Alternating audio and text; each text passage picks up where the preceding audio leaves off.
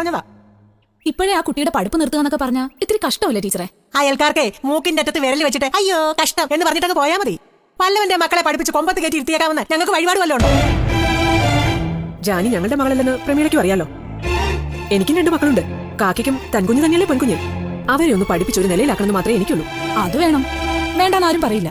അയ്യോ ജാനിയെ പഠിപ്പിക്കണമെന്ന് നിർബന്ധമുള്ളവരെ ആര് വേണേലും കൊണ്ടുപോയി പഠിപ്പിച്ചോ, ഞങ്ങൾക്ക് യാതൊരു എതിർപ്പുമില്ല. അന്യരങ്ങനെ വല്ലതും ചെയ്യോ അമ്മമ്മേ? അത് തന്നെയാ പ്രമീള ഞാനും ചോദിക്കുന്നത്. ജാനിക്ക് ഞങ്ങളും അന്യര് തന്നെയല്ലേ? ജാനിയുടെ കാര്യം ഓർത്ത് അത്രയ്ക്ക് ദണ്ണമാണെങ്കിൽ പ്രമീള കൊണ്ടുപോയി വളർത്തുവോ പഠിപ്പിക്കുവോ എന്ത് വേണേലും ചെയ്തോ. എന്താ പറ്റുവോ? ഇത്തിരി പൊളിക്കും അല്ലേ? അഭിപ്രായം പറയാനും ഉപദേശിക്കാനും ആർക്കും പറ്റും. ഞാൻ പോട്ടെ രത്നമ്മ ടീച്ചറെ, മിക്സി ഞാൻ വൈകുന്നേരം തിരികെ കൊണ്ടുവരാം. ആരാന്റെ വീട്ടിലെ കാര്യങ്ങൾ അന്വേഷിക്കാൻ എല്ലാവർക്കും വലിയ എടുക്കാം. അതിന് കാശിയലമില്ലല്ലോ.